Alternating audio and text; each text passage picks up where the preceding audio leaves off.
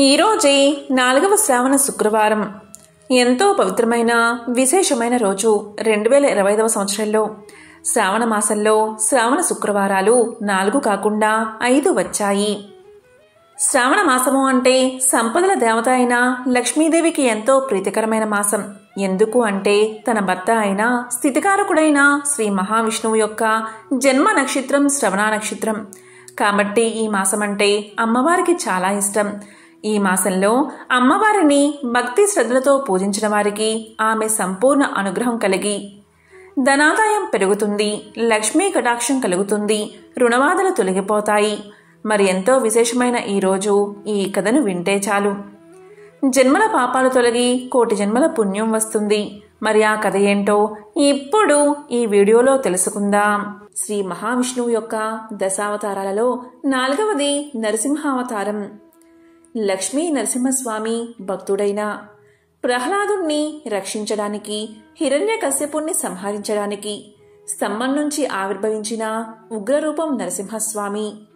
ఈ ఉగ్ర రూపాన్ని శాంతింపచేయడానికి, అలాగే సకల లోకాల శ్రేయస్సు కోసమే శ్రీ మహావిష్ణువు తన ప్రియ భార్య అయిన లక్ష్మీదేవిని చెంచు లక్ష్మి రూపంలో వివాహం చేసుకోవాల్సి వచ్చింది.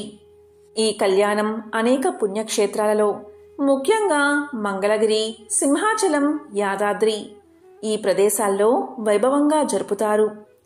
హిరణ్యకశ్యపుడు అనే రాక్షసుడు తన తపస్సుతో బ్రహ్మదేవుడి నుండి చావులేని వరాన్ని పొందాడు. ఆ వరం ఏమిటి అంటే పగలు కాని రాత్రి కాని, ఇంట్లో కాని బయట కాని, ఆయుధంతో కాని, నరాయుధాలతో కాని, మనిషితో కాని, మృగంతో కాని, భూమిపై కాని, ఆకాశంలో కాని తనకు మరణం లేకుండా వరాన్ని పొందుతాడు. ఈ వరంతో అతను లోకాలను పీడిస్తూ భగవంతుడి పూజలను నిషేధిస్తాడు. తన కుమారుడు ప్రహ్లాదుడు నిరంతరం విష్ణు భక్తుడు కావడంతో అతన్ని ఎన్నో విధాలుగా హింసిస్తాడు. చివరకు ప్రహ్లాదుడి భక్తిని పరీక్షించడానికి హిరణ్యకశ్యపుడు నీ విష్ణువు ఎక్కడ ఉన్నాడు అని అడిగి స్తంభంలో చూపించినప్పుడు భగవంతుడు నరసింహ నిజరూపంలో స్తంభం నుండి బయటకు వచ్చి పగలు కాదు రాత్రి కాదు అంటే సంధ్యా సమయంలో, ఇంట్లో కాదు బయట కాదు అంటే ఇంటి గడప మీద, భూమిపై కాదు ఆకాశంలో కాదు అంటే తన తొడల మీద, ఆయుధంతో కాదు నిరాయుధుడుగా అంటే తన వాడి గోళ్లతో, సగం మనిషి సగం సింహం రూపంలో హిరణ్యకశ్యపుణ్ణి సంహరిస్తాడు ఆ భగవంతుడు. హిరణ్యకశ్యపుణ్ణి సంహరించిన తర్వాత కూడా ఆ స్వామి యొక్క ఉగ్ర రూపం శాంతించదు. ఆయన క్రోధాగ్ని సకల లోకాలను దహిస్తున్నట్లు అనిపిస్తుంది దేవతలకు. దీంతో దేవతలు, ఋషులు అందరూ ఎంతో భయపడి ఆ ఉగ్ర రూపాన్ని శాంతింపచేయమని శ్రీ మహావిష్ణువును ప్రార్థించారు. అప్పుడు బ్రహ్మాది దేవతలంతా శ్రీ మహావిష్ణువు యొక్క ప్రియభార్య అయిన లక్ష్మీదేవిని ఆశ్రయిస్తారు. లక్ష్మీదేవి మాత్రమే ఆయన ఉగ్రత్వాన్ని తగ్గించగలదని వారు నమ్ముతారు. ఇక దేవతల ప్రార్థన మేరకు లోక కళ్యాణం కోసం శ్రీ మహావిష్ణువు యొక్క ఉగ్ర రూపాన్ని శాంతింప చేయడానికి లక్ష్మీదేవి భూలోకంలో చెంచులక్ష్మి రూపంలో అవతరిస్తుంది. కొన్ని పురాణాల ప్రకారం ధర్మదేవతగా కూడా చెప్తారు. దట్టమైన అడవుల్లో చెంచుల మధ్య ఆమె పెరిగి పెద్దదైంది.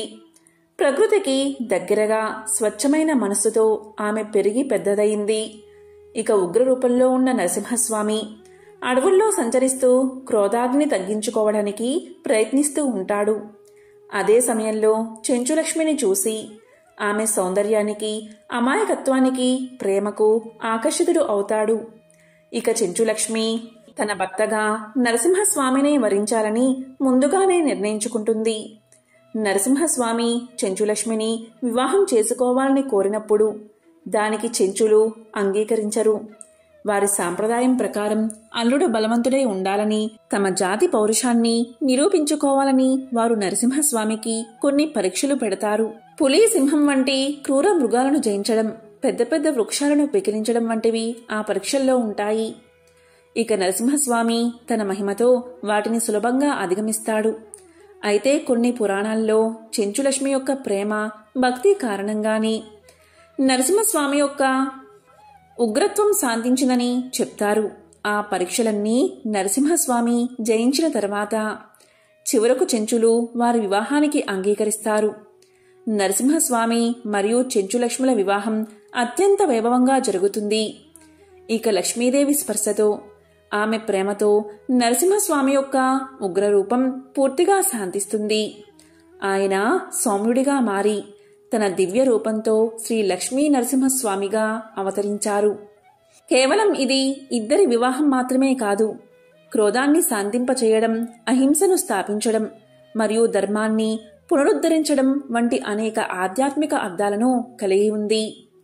నరసింహస్వామి ఉగ్రత్వము లక్ష్మీదేవి ప్రేమతో శాంతించినట్లుగా మానవుడి కోపాన్ని, దుష్టత్వాన్ని ప్రేమ, కరుణ మాత్రమే నిగ్రహించగలవని ఈ కథ మనకు తెలియజేస్తుంది. ఈ కళ్యాణం జరిగిన ప్రదేశాలు పుణ్యక్షేత్రాలుగా వెలుగొందాయి. భక్తులు ఈ కళ్యాణాన్ని భక్తి శ్రద్ధలతో జరుపుకుని శ్రీ లక్ష్మీ నరసింహస్వామి యొక్క అనుగ్రహాన్ని పొందుతారు. ఈ కథను వింటే చాలు, జన్మల పాపాలు తొలగి కోటి జన్మల పుణ్యం వస్తుంది, సకల శుభాలు కలుగుతాయి. నరసింహస్వామి వారికి సంబంధించిన పంచ నారసింహ క్షేత్రాలు ఎంతో ప్రసిద్ధమైనవి. ఇవి తెలంగాణ, ఆంధ్రప్రదేశ్లోని ద్రవిడ దేశం ప్రాంతంలో స్వయంభువు అంటే నరసింహస్వామి స్వయంభువుగా వెలిసిన 5 పవిత్ర ధామాలు. వాటికి సంబంధించిన విశేషమైన కథలను ఇప్పుడు తెలుసుకుందాం. అందులో ఒకటి మంగళగిరి పానకాల నరసింహ దేవాలయం. ఇది పంచ నరసింహ క్షేత్రాల్లో ఒకటి. మంగళగిరి అంటే లక్ష్మీదేవి ఇక్కడ తపస్సు చేసిన తర్వాత ఆ కొండకు మంగళగిరి అనే పేరు పెట్టారు. ఈ పానకాల నరసింహస్వామిని సుదర్శన నరసింహ అని కూడా పిలుస్తారు. పూర్వకాలంలో పర్యాత్ర రాజుకు హ్రస్వశృంగి అనే కుమారుడు ఉండేవాడు. ఆ హ్రస్వశృంగి అనేక పవిత్ర స్థలాలకు ప్రయాణం సాగించాడు. అలా ప్రయాణిస్తూ ఆ హ్రస్వశృంగి చివరికి మంగళగిరికి చేరుకున్నాడు. అక్కడ ఆ రాకుమారుడు బస చేసి విష్ణువును ప్రసన్నం చేసుకోవడానికి తపస్సు ప్రారంభించాడు. అలా తపస్సు చేస్తూ ఏనుగు ఆకారంలో ఉన్న కొండగా మారిపోయాడు. అలా మారి ఆ నరసింహస్వామిని సేవిస్తూ ఉండేవాడు. ఇక రాజుకు తన కుమారుడి జాడ తెలియకపోవడంతో తన రాజ్యానికి తిరిగి తీసుకువెళ్లడానికి రాజు అక్కడికి చేరుకున్నాడు. కాని అక్కడ తన కుమారుడికి బదులుగా ఏనుగు ఆకారంలో ఉన్న ఒక కొండ కనిపించింది. పూర్వకాలంలో నముచి అనే రాక్షసుడు ఉండేవాడు. అతను ఘోర తపస్సు చేసి బ్రహ్మదేవుడి నుంచి వరాన్ని పొందాడు. ఆ వరం ఏంటి అంటే పొడి లేదా తడిగా ఉన్న దేనితోనూ తన్ని చంపకూడదు అని. ఆ వరగర్వంతో మనుషులను అలాగే ఋషులను హింసించడం మొదలుపెట్టాడు. అదేవిధంగా దేవతలను కూడా హింసించసాగాడు. ఇక దేవతల రాజైన ఇంద్రుడు విష్ణువు మద్దతుతో నముచుని చంపడానికి బయలుదేరతాడు. ఈ విధంగా ఇంద్రుడు నముచుని చంపడానికి వచ్చినప్పుడు ఇంద్రుడు ముందుగా నముచి సైన్యాన్ని నాశనం చేస్తాడు. అప్పుడు నముచి ఆ రాక్షసుడు చాలా చిన్నగా మారి ఒక గుహలో దాక్కుంటాడు. దీంతో ఇంద్రుడికి ఏం చెయ్యాలో తోచదు. దానిపై విష్ణువు తన ఉచ్ఛ్వాస అగ్ని ద్వారా నముచి ప్రాణవాయువును మూసివేస్తాడు. అందుకే భగవంతుణ్ణి సుదర్శన నరసింహస్వామి అని పిలుస్తారు. నముచి చనిపోయిన తర్వాత అతని రక్తం కొండ కింద ఉన్న కొలను నింపేసింది. ఆ రాక్షసుణ్ణి చంపిన తర్వాత శ్రీ మహావిష్ణువు తీవ్ర ఉగ్రరూపాన్ని దాలుస్తాడు. దీంతో దేవతలు, ఋషులు ప్రార్థనలతో శాంతించమని కోరతారు. ఇంతో స్వామి శాంతిస్తాడు. ఇదే మంగళగిరి పానకాల నరసింహ ఆలయ చరిత్ర. నరసింహస్వామికి సంబంధించిన మరొక ముఖ్యమైన దేవస్థానం సింహాచలంలోని వరాహ లక్ష్మీ నరసింహస్వామి వారి దేవస్థానం. సింహాచలం అంటే సింహం పర్వతం అని అర్థం. ఇక్కడ మహావిష్ణువు దశావతారాల్లో 4వదైన లక్ష్మీ నరసింహ అవతారమూర్తిగా వెలిశాడు. ఇతిహాసం ప్రకారం రాక్షసరాజు హిరణ్యకశ్యపుడు విష్ణువుకు బద్ధ వైరి. తన కుమారుడైన ప్రహ్లాదుణ్ణి పుట్టుకతోనే విష్ణు భక్తుడు కావడం వల్ల అనేక విధాలుగా హింసిస్తాడు. చివరికి చంపేందుకు కూడా ప్రయత్నిస్తాడు. కాని ప్రతిసారి ప్రహ్లాదుణ్ణి విష్ణుమూర్తి రక్షిస్తాడు.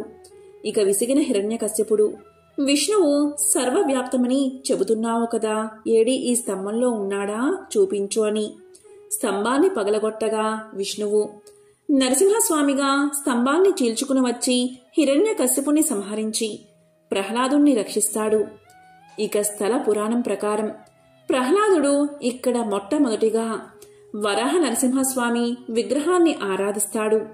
ఆ తర్వాతి కాలంలో చంద్రవంశానికి చెందిన పురూరవుడు అనే రాజు విమానం మీద వెళ్తూ ఉండగా స్థలానికి ఉన్న అత్యంత ప్రశస్తమైన శక్తి ప్రభావం వల్ల పురూరవుడి విమానం కిందకు ఆకర్షించబడుతుంది.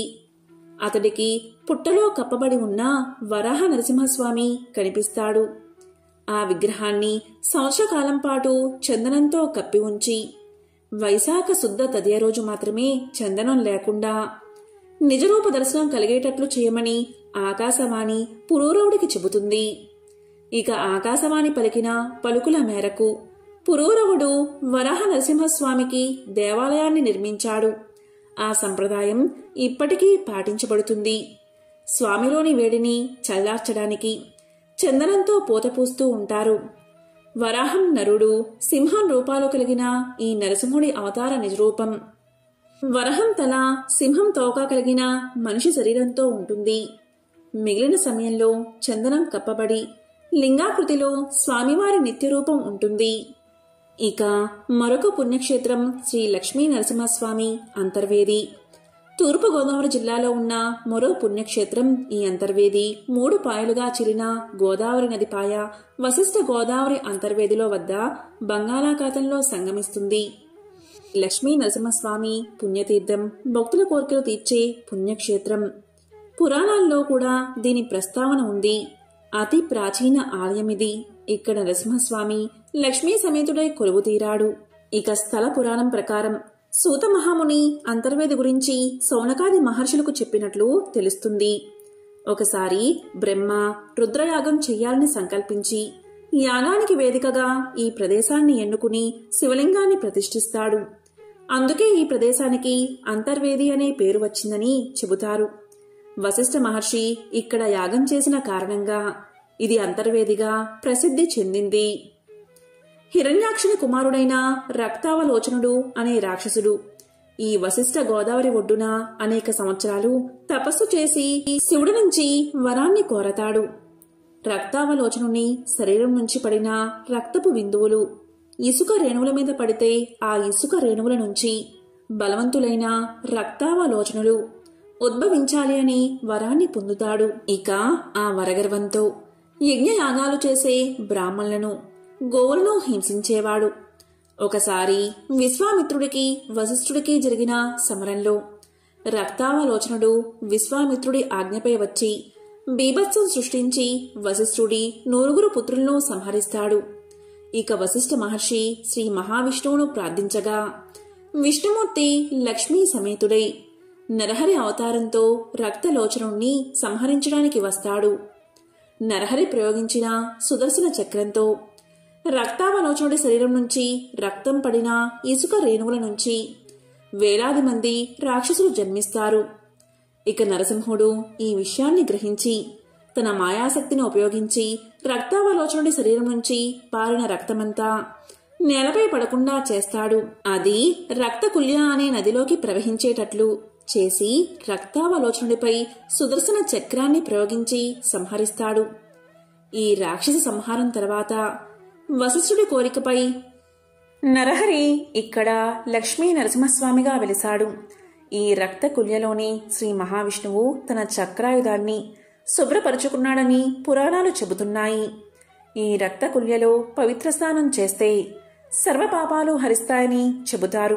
త్రేతాయుగంలో శ్రీరాముడు సీతా సమేతుడై లక్ష్మణ హనుమంతులతో కూడి వశిష్ఠ ఆశ్రమాన్ని లక్ష్మీ నరసింహమూర్తిని దర్శించి సేవించినట్లు, అక్కడే కొన్ని రోజులు నివసించినట్లు అక్కడి శిలాశాసనాల వల్ల తెలుస్తుంది.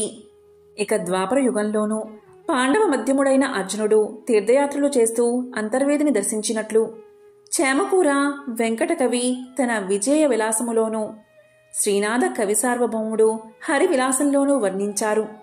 ప్రస్తుతం ఉన్న ఈ ఆలయం క్రీస్తు శకం 300 ఏళ్లకు పూర్వం నిర్మించబడిందని తెలుస్తుంది. పల్లవులచే నిర్మితమైన తొలి ఆలయం నాశనమైపోగా మళ్లీ ఈ ఆలయాన్ని నిర్మించాలని తెలుస్తుంది. ఈ ఆలయం మొగల్తూరు రాజవంశీకుల అధీనంలో ఉండేది. ఇప్పుడు ధర్మాదాయ శాఖ ఆధ్వర్యంలో నడుస్తుంది. లక్ష్మీ నరసింహ పురాణంలోని పుండరీక చరిత్రను తెలిపే ఈ కథను విన్నా చదివినా విశేష పుణ్యం కలుగుతుంది. మరి ఆ కథ ఏంటో ఇప్పుడు ఈ వీడియోలో తెలుసుకుందాం. పూర్వం ఒకసారి భరద్వాజ మునీంద్రుడు ఇలా అడిగాడు, ఓ సూత మహర్షి, మానవ జన్మ పరమార్థాన్ని తెలుసుకోవాలి అంటే ఏం చెయ్యాలి? సంసార బంధం నుండి విముక్తిని కలిగించే దివ్య సాధనం ఏమిటి అని అడిగాడు. దానికి సూతుడు ఇలా చెప్పడం మొదలుపెట్టాడు. భరద్వాజ మునీంద్ర, కలియుగంలో మానవులు ముక్తిని పొందాలి అంటే ఏం చెయ్యాలో వివరించే ప్రాచీన ఇతిహాసాలను నీకు చెప్తాను. శ్రద్ధగా విను అంటూ ఇలా చెప్పడం మొదలుపెట్టాడు. పూర్వం పుండరీకుడు అనే పేరుగల ఒక బ్రాహ్మణుడు ఉండేవాడు. అతను బుద్ధిమంతుడు, విద్యావంతుడు. అతనికి ఉపనయనం అయిన తర్వాత యథావిధిగా బ్రహ్మచర్యం పాటిస్తూ సమర్థులైన ఉపాధ్యాయుల దగ్గర వేద శాస్త్ర అధ్యయనం చేశాడు. పుండరీకుడు చక్కటి తెలివితేటలు ఉన్నవాడు. కొంతకాలంలోనే వేదాధ్యయనం శాస్త్ర పాఠం ముగించుకుని విద్యావంతుడై ఇంటికి వచ్చాడు. ఇక తల్లిదండ్రులు విద్యావంతుడు యుక్త వయస్సుడు అవడం వల్ల పుండరీకుడికి వివాహం చెయ్యాలి అని తలచి ఆ విషయమై పుండరీకుణ్ణి అడిగారు. దానికి పుండరీకుడు తన సమ్మతిని తెలియచేశాడు. పుండరీకుడికి సుచరిత అనే ఆమెతో వివాహం జరిగింది. ఆ దంపతులిద్దరూ పాండురంగడి భక్తులు. పాండురంగ విఠలుని దర్శించుకోవడం కోసం ఒకప్పుడు ఆ ఊళ్ళో ఉన్న భక్తులంతా గుంపులు గుంపులుగా కూడి భజనలు చేస్తూ పుండరీపురానికి బయలుదేరారు. సుచరిత ఇది చూసి భర్తతో, ఏమండి, మనం కూడా పుండరీపురం వెళ్దామా అని అడిగింది. అప్పుడు పుండరీకుడు ఇలా సమాధానం చెప్పాడు. ఇంట్లో శతవృద్ధులై అన్నిటికీ మనపైనే ఆధారపడి ఉన్న తల్లిదండ్రుల్ని వదిలి మనం ఎక్కడికి వెళ్తాం? మనకి ఎలా వీలవుతుంది? మనకి ఇల్లే పుండరీపురం. ఆ పాండురంగ విఠలుణ్ణి మనసులోనే ధ్యానించుకుంటూ ఈ ముసలి దంపతులకు సేవ చేయడం కన్నా మనకి మరొక ఆలోచన ఉండకూడదు అన్నాడు పుండరీకుడు. మనసులో గట్టిగా ఆ భక్తులతో పాటు వెళ్ళాలి అని ఉన్న సుచరిత పైకి ఏమీ అనక ఊరుకుంది. తక్కిన భక్తులంతా అనుకున్న ప్రకారం బయలుదేరి పుండరీపురం వెళ్లిపోయారు. ఆ వెళ్లిన భక్తులకు కూడా ఇళ్లల్లో ముసలి తల్లిదండ్రులో లేక రోగిష్టి భర్తలో భార్యలో పిల్లలో లేకపోలేదు. కాని వాళ్ళు పుండరీకుడి మల్లే మనం వెళితే వీళ్ల గతేమి కాను అని ఆలోచించకుండా ఎవళ్ళ కర్మ వాళ్ళది, వీళ్ల కోసం మనం పుండరీపురం వెళ్లడం మానుకుంటామా అని నిశ్చింతగా చక్కాపోయారు. పుండరీకుడు మటుకు తాను పుండరీపురం వెళ్లలేకపోయినందుకు కొంచెమైనా బాధపడలేదు. ప్రతిరోజు పొద్దున్నే లేచి తల్లిదండ్రులకి సేవ చేసేవాడు. పాపం వాళ్ళు కూర్చుంటే లేవలేని ముసలి వాళ్ళు. వాళ్ళకి వెచ్చటి నూనె ఉల్లంతా రాసి నలుగు పెట్టి గోరువెచ్చని నీటితో స్నానం చేయించేవాడు. తెల్లటి మెత్తటి శుభ్రమైన తువ్వాలతో తుడిచి తేలిక బట్టలు కట్టించేవాడు. చెయ్యి ఊత ఇచ్చి లోపలికి తీసుకువచ్చి దేవతార్చన పీఠానికి ఎదురుగా పీటల మీద కూర్చోబెట్టి తండ్రికి సంధ్య వార్చుకునే నిమిత్తం జారీ తెచ్చి ఇచ్చేవాడు. తండ్రి చాలా గొప్ప పండితుడు, భక్తుడు, కర్మిష్ఠిని. అయితేనే ముసలితనం వల్ల జ్ఞాపక శక్తి తగ్గిపోయి దేవతార్చన చేసుకునేటప్పుడు మధ్య మధ్య మంత్రాలు కూడా మరిచిపోయేవాడు. అందుకు పూజ అయ్యేదాకా పుండరీకుడు అతని దగ్గరే కూర్చుని తండ్రి మరిచిపోయి తడబడుతున్న మంత్రాలు జ్ఞాపకం చేస్తూ ఉండేవాడు.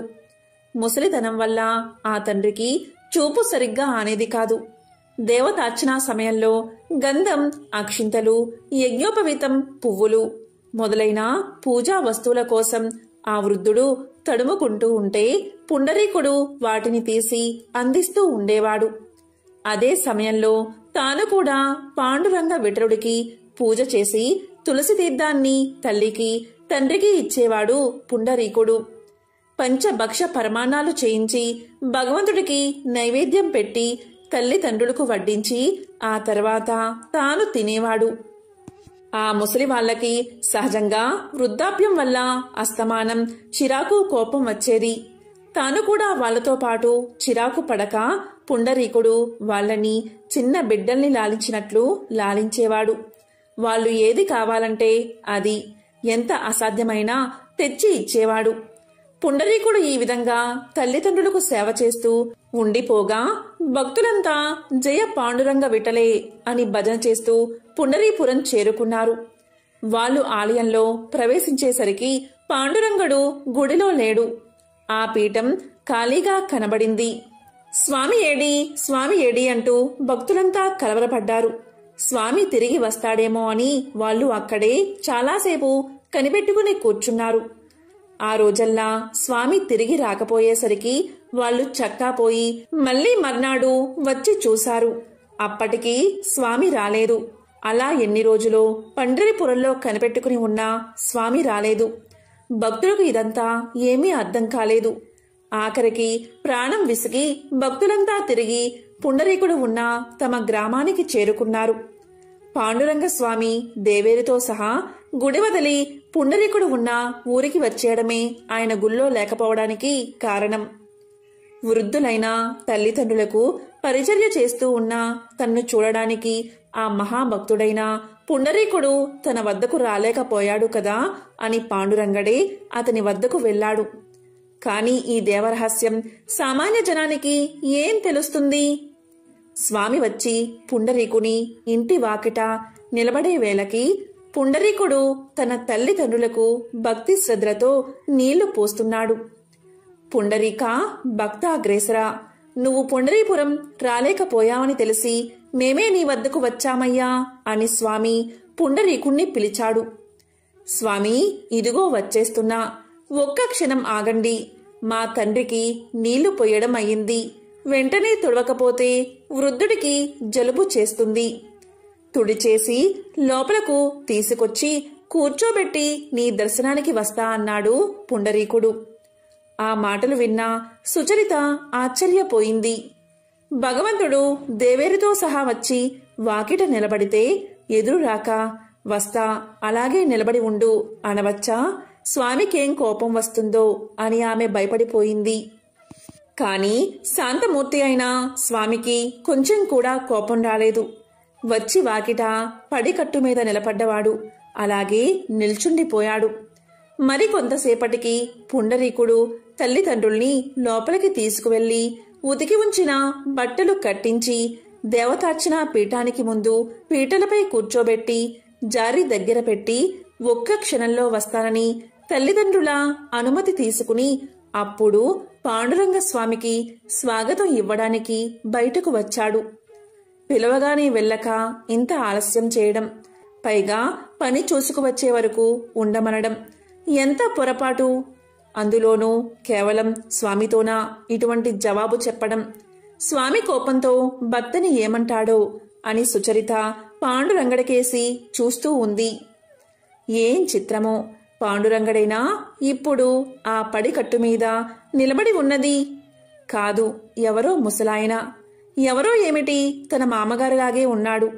అప్పుడేగా తన భర్త మామగారిని స్నానం చేయించి లోపలికి తీసుకువెళ్ళింది. అంతవరకు ఆ పడికట్టు మీద స్వామి పక్కన నిలబడి ఉన్న దేవేరి కూడా ఇప్పుడు కనబడదే. ఆమె స్థానంలో తన అత్తగారికి మళ్ళీ ఉన్న ముసలామె ఎవరో నిలబడి ఉంది. సుచరితకు ఒక్క క్షణంలో ఇదంతా అర్థమైపోయింది.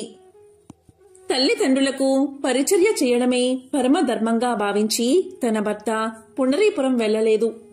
ఆ తల్లిదండ్రులకు పరిచర్య చేయడం మాకు పరిచర్య చేయడం లాంటిదే సుమా అని తనకు తెలపడం కోసం లక్ష్మీనారాయణలు తనకు అత్తామామల రూపంలో కనబడుతున్నారు అని ఆమె తెలుసుకుంది.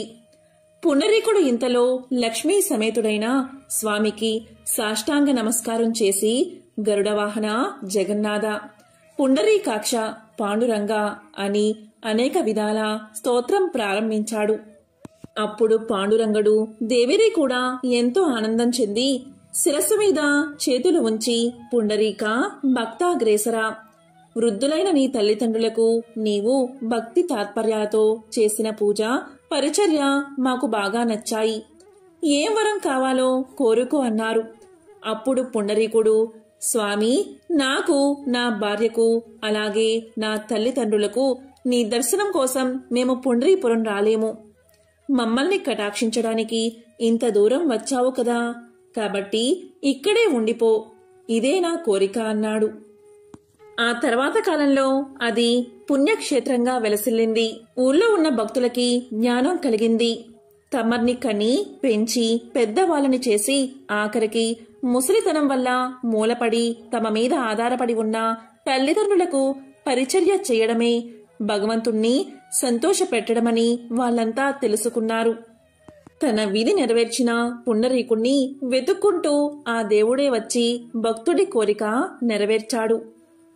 కొంతకాలానికి పుండరీకుడు ఏకాంత ప్రదేశంలో కూర్చుని మానవ జీవితాన్ని విమర్శించుకున్నాడు. అతనికి సంసారం ఒక ముళ్ల పొదలా అనిపించింది. తల్లిదండ్రులను, అన్నదమ్ములను, మిత్రులను, భార్యను అందరినీ వదిలిపెట్టి ఇల్లు వదిలి దేశ సంచారం చేస్తూ వెళ్లిపోయాడు. దొరికిన కాయలు తింటూ ఆకలి తీర్చుకుంటూ ఉన్నాడు. సంసారం నీటి బుడగ వంటిది. ఈ జీవితాన్ని ఎవరూ నమ్మకూడదు. క్షణక్షణానికి మారిపోయే శరీర స్థితిని నమ్ముకుని బతకడం అర్థం లేనటువంటిది. శరీర అందం శాశ్వతం కాదు అని పురాణాలు చెప్పిన ప్రకారం ఈ భూమి మీద ఉన్న తీర్థాలు సేవించాలని నిర్ణయించుకున్నాడు. గంగా, యమున, గోదావరి మొదలైన నదుల్లో మునిగి క్షేత్రాలలో నివసించి ఆయా దేవతలను దర్శించి సాత్విక ఆహారం తింటూ తిరుగుతూ శాలిగ్రామము అనే పుణ్యక్షేత్రానికి చేరాడు. అక్కడ భక్తులను, పుణ్య జలాలను చూసి ఎంతో ఆనందపడి ఇదే నా నివాసానికి అనువైన స్థలమని అక్కడ బస ఏర్పాటు చేసుకున్నాడు. గురువుల వల్ల తెలుసుకున్న ప్రాణాయామం మొదలైన యోగా శాస్త్రాన్ని ఆచరణలో పెట్టి తీర్థ స్నానం, భగవద్ధ్యానం సకాలానికి చేస్తూ చాలా కాలం గడిపాడు. అలా ఉండగా ఒకరోజు నారద మహర్షి అక్కడికి వీచేశాడు. పుండరీకుడు నారదుడి దివ్య రూపాన్ని చూసి ఆశ్చర్యంతో స్వాగతం చెప్పి తన పర్ణశాలకు తీసుకువెళ్లాడు. ఆనందంతో ఆసనంపై కూర్చోబెట్టి మౌనంగా పుండరీకుడు నారదుణ్ణి చూస్తున్నాడు. మహాత్మా, మీరు ఎవరు? నన్ను తరింపచేయడానికి ఈ రూపంలో వచ్చిన శ్రీమన్నారాయణుడు అనుకుంటున్నాను అని పలకగానే నారదుడు ఇలా అన్నాడు. నన్నందరూ నారదుడు అంటారు. నేను నిన్ను చూద్దామని ఇక్కడికి వచ్చాను. భక్తి శ్రద్ధలు కల భక్తుణ్ణి చూస్తే పుణ్యం వస్తుందని సాక్షాత్తు భగవంతుడే అన్నాడని చిరునవ్వుతో సమాధానం చెప్పాడు నారదుడు. నారదుడి మాటలు వినగానే పుండరీకుడు లేచి 2 చేతులు జోడించి నమస్కారం చేసి, నా జన్మ సార్థకమైంది. మీ దర్శనం దైవ దర్శనమే. నాకు ఉన్న సందేహాన్ని తీర్చండి అని అన్నాడు. పరమార్థ సాధనకు ప్రధానమైన సాధనమేదో, మానవ జన్మకు సంసార బంధ విముక్తికి చెయ్యవలసిన కార్యమేంటో తెలిపి నన్ను ధన్యుణ్ణి చెయ్యండి అని కోరాడు. అప్పుడు నారదుడు ఇలా చెప్పడం మొదలుపెట్టాడు. పుండరీక, శాస్త్రాలు అని చెప్పిన కర్మలు చాలానే ఉన్నాయి. అలాగే ధర్మ మార్గాలు కూడా ఉన్నాయి. ఒక్కొక్కరు ఒక్కొక్క విధంగా చెప్పిన మతము ఉంది. అదంతా అలా ఉండని, వాటన్నిటి గురించి నా తండ్రి చెప్పిన పరమ రహస్యమైన ఆధ్యాత్మిక విషయం, సంసార బంధం నుండి విడుదల కలిగించేది అయిన విషయాన్ని నీకు చెప్తాను. పుండరీక, నారాయణుడే పరబ్రహ్మ, పరతత్వం, పరంజ్యోతి, సర్వజీవుల ఆత్మ, పరమాత్మ నారాయణుడే. ఈ జగత్తు లోపల పైన వ్యాపించి ఉన్నది నారాయణుడే. ఓం నమో నారాయణాయ అనే మంత్రాన్ని మనసులో నిత్యం ధ్యానం చేస్తూ జపిస్తే చాలు. అదే పరమజ్ఞానం. అంతకంటే పరమార్థాన్ని తెలిపేది ఏదీ లేదు అని చెప్పి నారదుడు వెళ్ళిపోయాడు. అప్పట్నుంచి పుండరీకుడు ఓం నమో నారాయణాయ అనే మంత్రాన్నే సాధనంగా భావించి జపిస్తూ ఉండేవాడు. ఈ విధంగా శాలిగ్రామ క్షేత్రంలో చిరకాలం తపస్సు చేశాడు. అతని భక్తికి మెచ్చి శ్రీ మహావిష్ణువు వెంటనే ప్రత్యక్షమయ్యాడు. ఇక మహావిష్ణువును చూసి ఎంతో సంతోషంతో సాష్టాంగ నమస్కారం చేసి లేచి చేతులు జోడించి ప్రార్థించాడు పుండరీకుడు. అప్పుడు శ్రీహరి, పుండరీక, నీకు కావలసిన వరమేమిటో కోరుకో అన్నాడు. దానికి పుండరీకుడు, ప్రభూ, ఏం కోరాలో నాకు తెలియదు. నువ్వేమిచ్చినా నాకు సంతోషమే అన్నాడు. అప్పుడు శ్రీహరి చిరునవ్వు నవ్వి, సరే ఇలారా, ఈ గరుడ వాహనంపై నా వెనుక కూర్చో, నాతో వైకుంఠానికి రా, నా రూపం ధరించి నిత్యము నా వెనకాలే ఉండు అని చెయ్యి పట్టుకుని వాహనం మీద తీసుకున్నాడు. ఆ సమయంలో దేవదుందుబులు మోగాయి. దేవతలు జయజయ శబ్దంతో పుష్పవర్షం కురిపించారు. ఆ విధంగా పుండరీకుడు శ్రీహరితో కలిసి వైకుంఠానికి చేరుకున్నాడు అని సూతుడు భరద్వాజ మునికి తెలియచేశాడు. కాబట్టి భరద్వాజ శ్రీ మహావిష్ణువుని కీర్తించడం వల్ల కలియుగంలో మానవులకు ముక్తి లభిస్తుంది. ఇదే మోక్షప్రదం, బ్రతికి ఉన్నంతకాలం సుఖాన్ని కలిగిస్తుంది అని సూతుడు చెప్పాడు. ఇది విన్న భరద్వాజ మహాముని ఎంతో సంతోషంతో, సూత మహర్షి, ఎంతో పరమార్థాన్ని నాకు వివరించావు, నేను ధన్యుణ్ణి అయ్యాను అని ఎంతో సంతోషించాడు. ఎంతో విశేషమైన పవిత్రమైన స్వామికి సంబంధించిన ఈ కథలను విన్నా, చదివినా, చెప్పినా, వినిపించినా జన్మల దోషాలు తొలగిపోతాయి. కోటి జన్మల మహాపుణ్యం మీకు కలుగుతుంది. సకల శుభాలు కలుగుతాయి. ఓం నమో నారాయణాయ. ఓం నమః శివాయ.